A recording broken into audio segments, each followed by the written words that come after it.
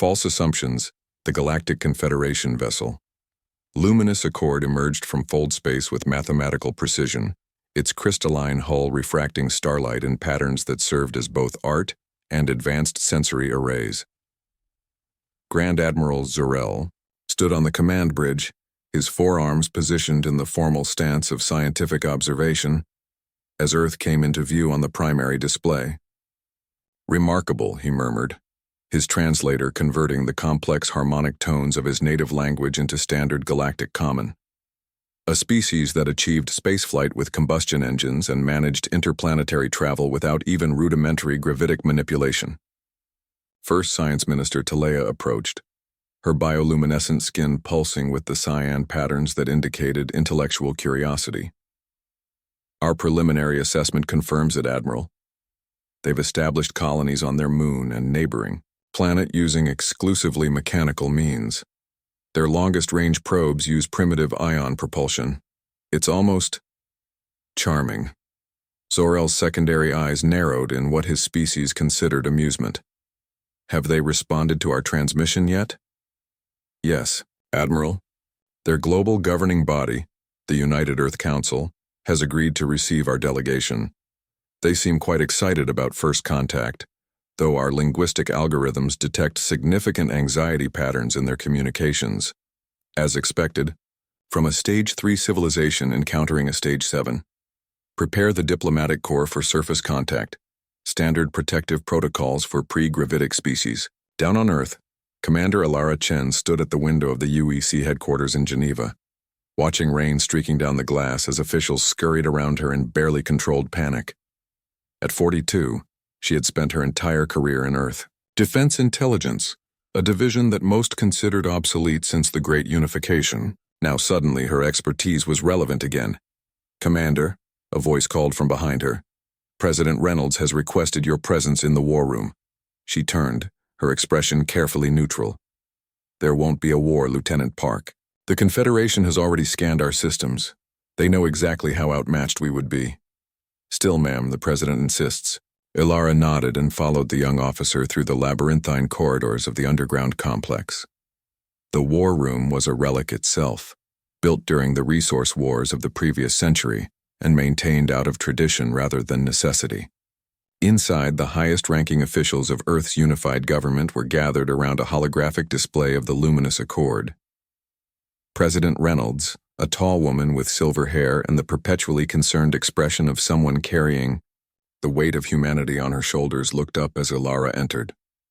"Commander Chen, you're the only person who's ever taken the possibility of extraterrestrial contact seriously. I need your assessment." Ilara studied the hologram. They could have wiped us out without announcing themselves if that was their intention. The fact that they're following first contact protocols suggests they're part of a civilization with ethical guidelines regarding less advanced species. "Less advanced," General Santos scoffed. "Their ship is the size of Manhattan and appeared out of nowhere. We're practically cavemen to them." Ilara's lips tightened almost imperceptibly. "Perhaps that's not entirely a disadvantage, General." Before anyone could question her meaning, the hologram shifted to show a landing craft departing from the larger vessel. President Reynolds straightened her jacket. "It seems we're out of time for debate. Commander Chen, you'll accompany the EO. Welcome, delegation. Your experience with theoretical exopolitics may prove useful."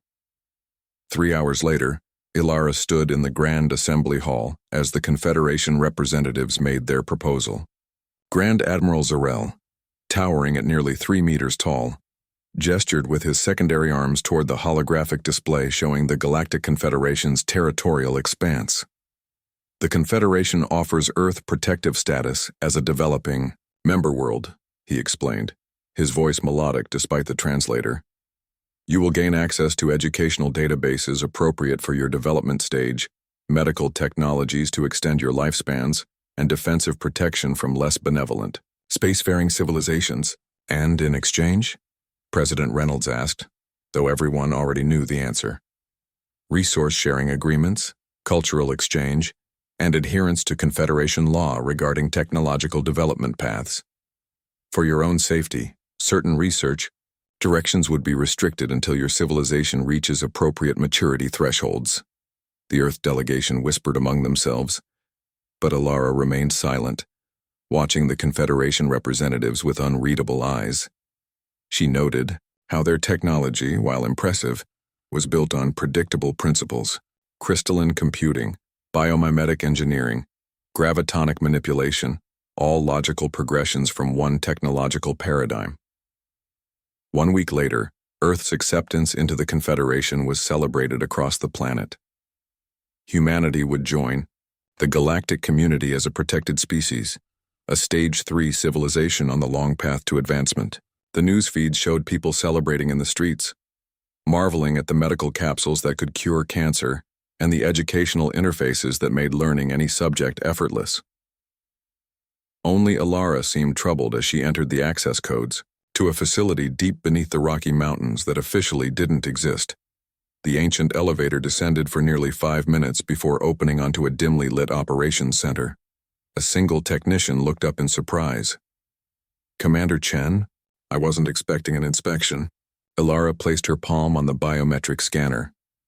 "This isn't an inspection, Dr. Foster. Authorization Chen Omega 73. Initiate Garden of Stones protocol." The technician's face drained of color. "Ma'am, that protocol is only authorized if Earth faces an extinction-level threat, yes.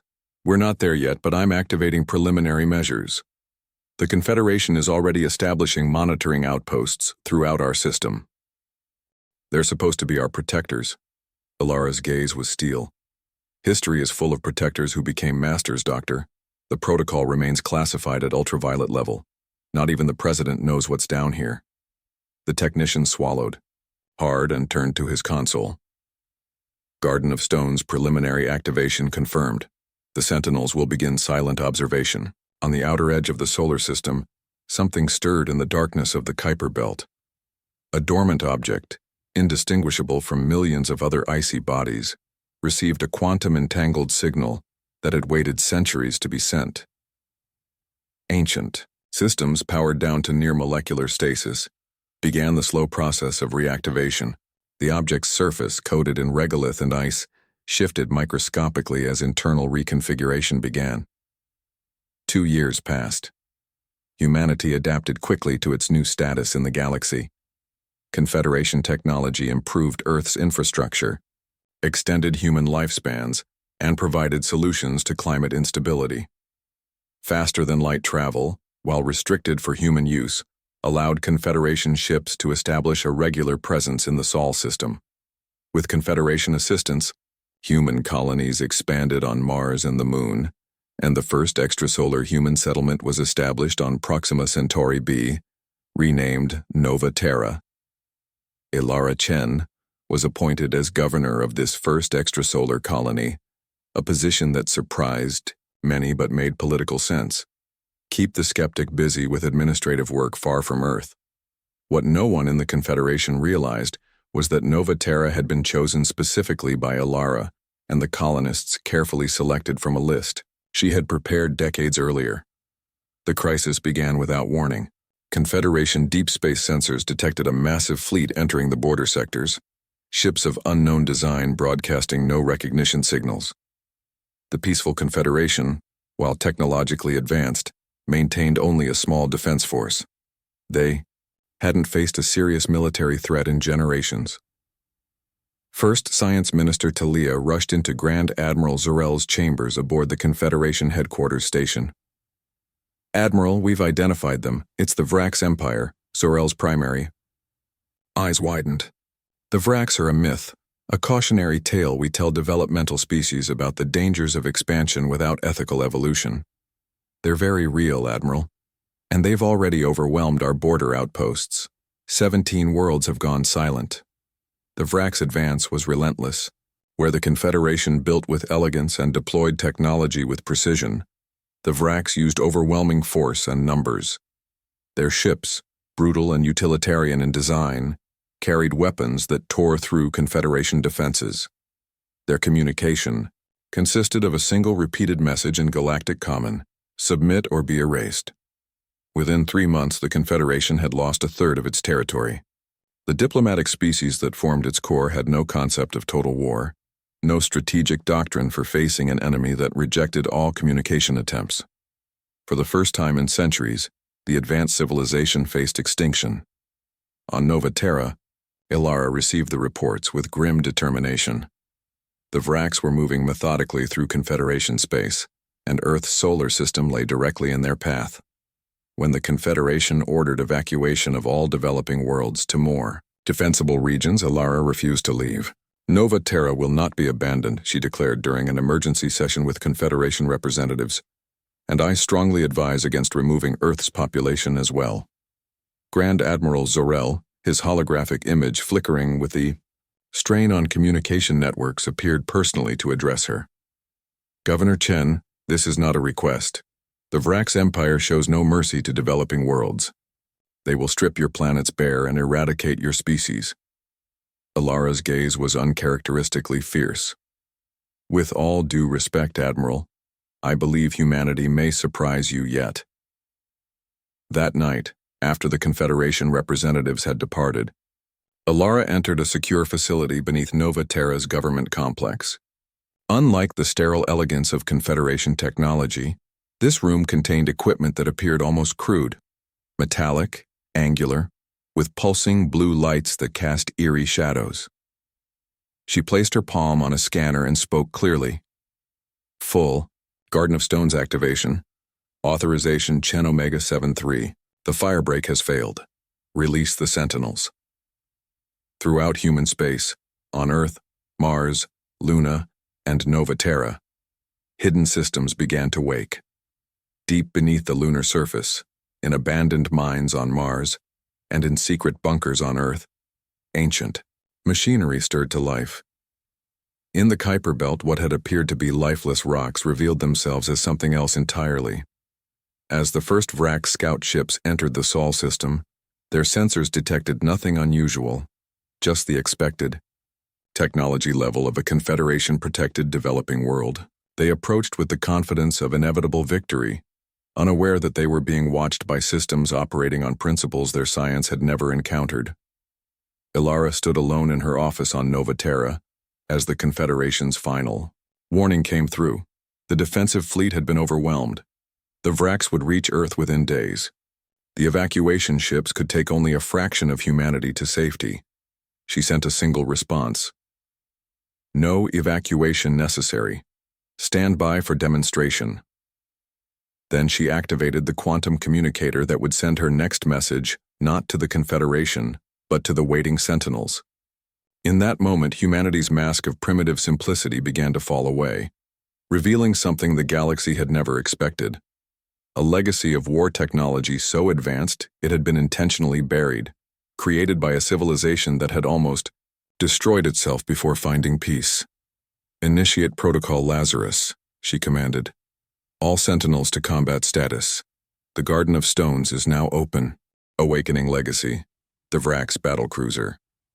Inevitable Conquest entered Earth orbit with the practiced precision of a predator that had consumed countless worlds.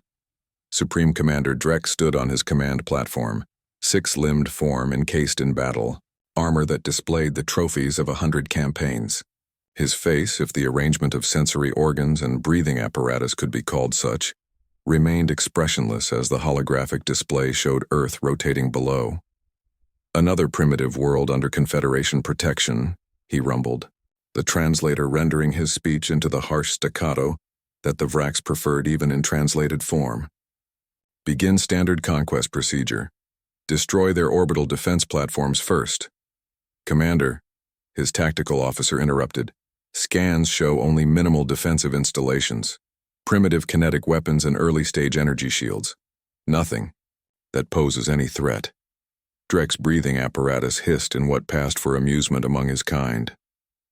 The Confederation protects them but doesn't arm them. Typical moral weakness. Deploy harvester ships to their largest population centers. The human species will serve the Empire well enough as labor stock. On the lunar surface, Confederation Science Attaché Renard watched in horror as the Vraks fleet positioned itself around Earth. The Confederation's evacuation ships had managed to take only 2 million humans to safety, a tiny fraction of Earth's population. The rest remained behind, seemingly defenseless against the most ruthless force the galaxy had ever known. "We should never have established outposts in this sector," he lamented to his assistant. "Now another developing species will be sacrificed to our miscalculation." His assistant, monitoring the communication network, suddenly straightened. "Sir, I'm detecting unusual activity from the human settlement on the far side of Luna. Energy signatures unlike anything in our database. Impossible. Human technology is firmly Stage 3, with some Stage 4 elements we provided them. Nevertheless, sir, something is." His words were cut short as the lunar regolith beneath their research station trembled. Across the surface of Earth's moon, in areas thought to be barren and uninhabited, the ground began to shift. Massive sections of the lunar landscape rose upward, revealing yawning caverns beneath. Caverns filled with machinery that gleamed with cold purpose. From these openings emerged vessels unlike any the Confederation had catalogued. They bore no resemblance to the elegant crystalline ships of advanced Confederation members, nor to the brutalist metal constructs of the Vrax. These were something else. Sleek, dark surfaces that seemed to absorb light rather than reflect it, with geometries that hurt the eye to follow. Before the astonished Confederation scientists could report what they were witnessing, the vessels accelerated toward Earth with impossible speed, their propulsion systems leaving no energy signatures that Confederation sensors could detect. Aboard the inevitable Conquest, alarms suddenly blared. "Commander," the tactical officer shouted, "unknown vessels approaching from Luna. They're not registering on our standard scanners, using visual confirmation only."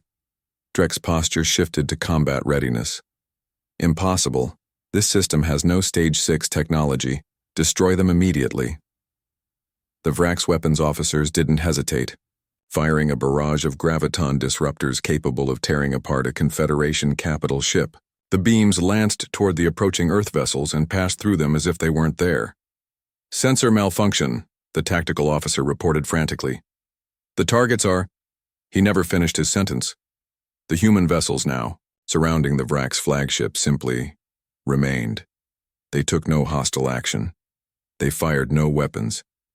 They merely held position, as if waiting.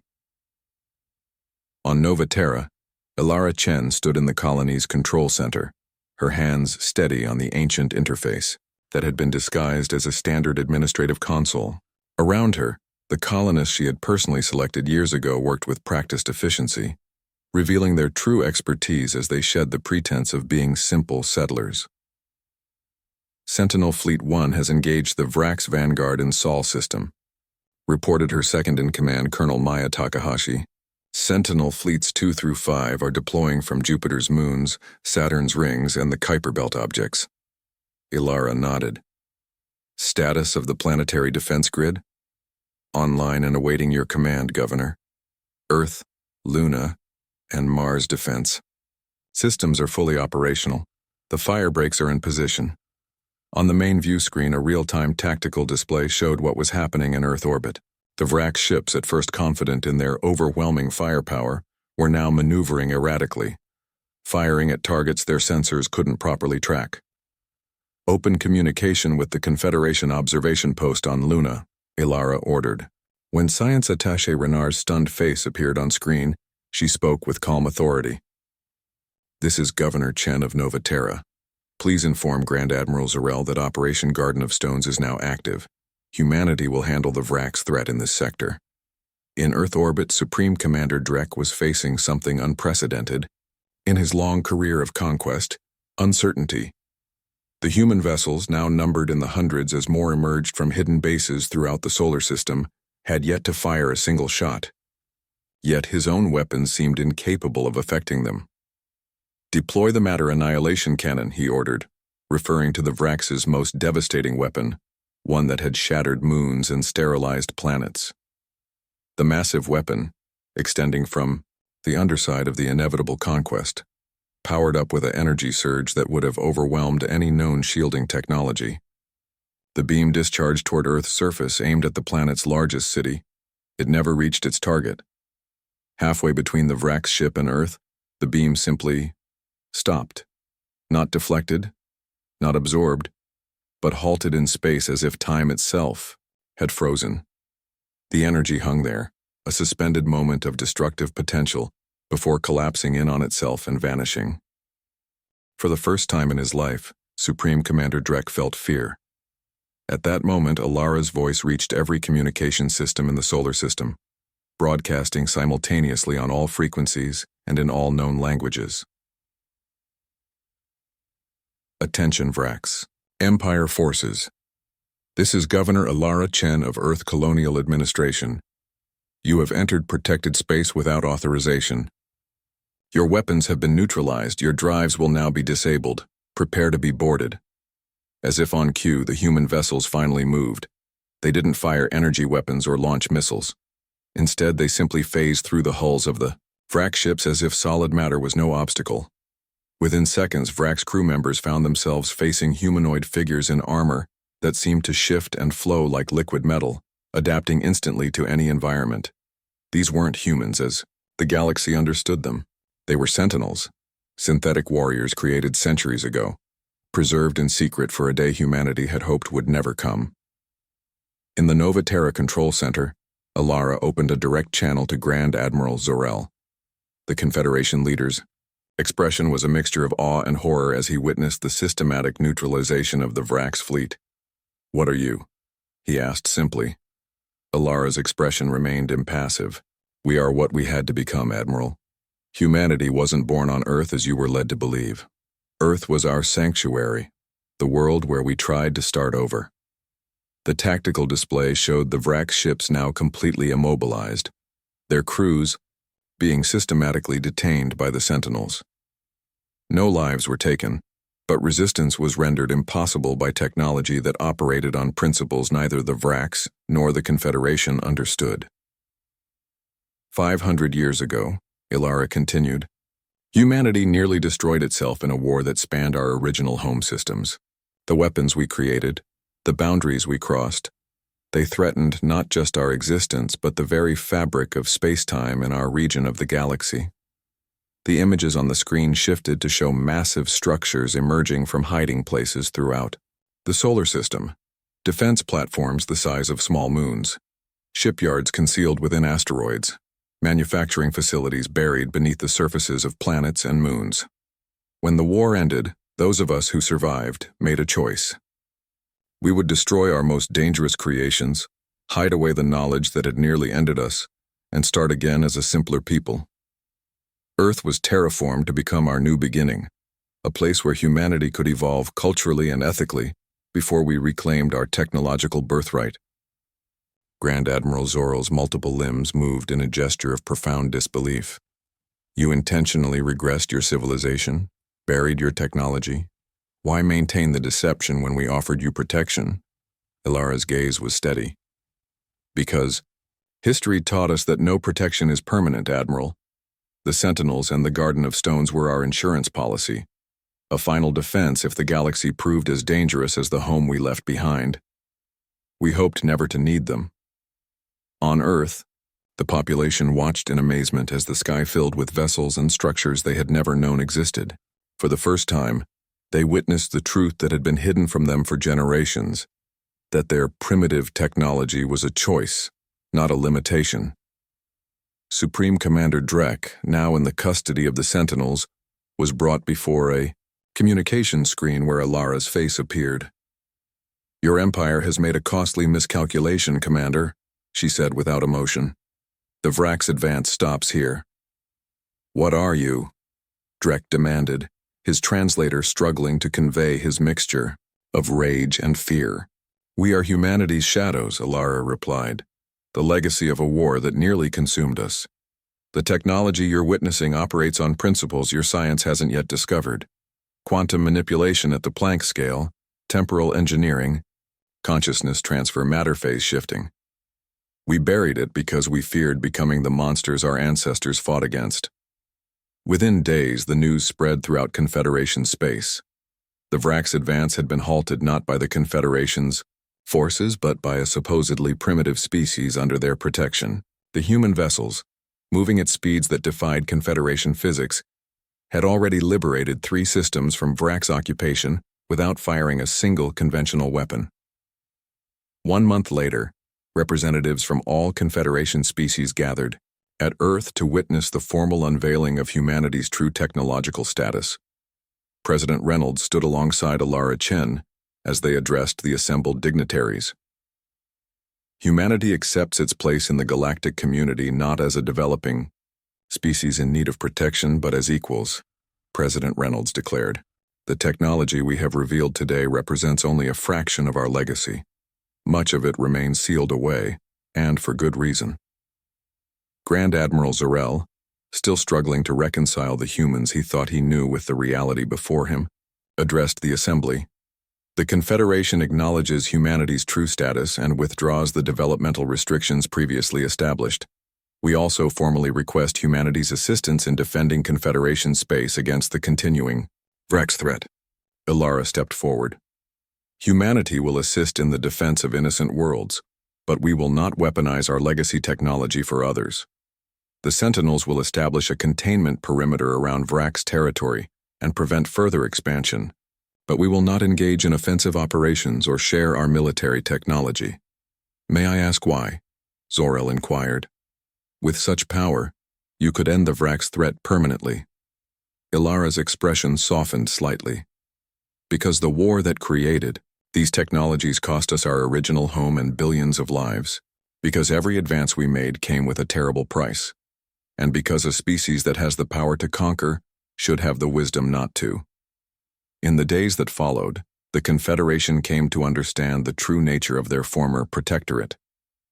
Humanity had not evolved on Earth, but had fled there after a devastating interstellar civil war. The technology they now revealed had been buried not because they couldn't maintain it, but because they feared what it had almost made them become.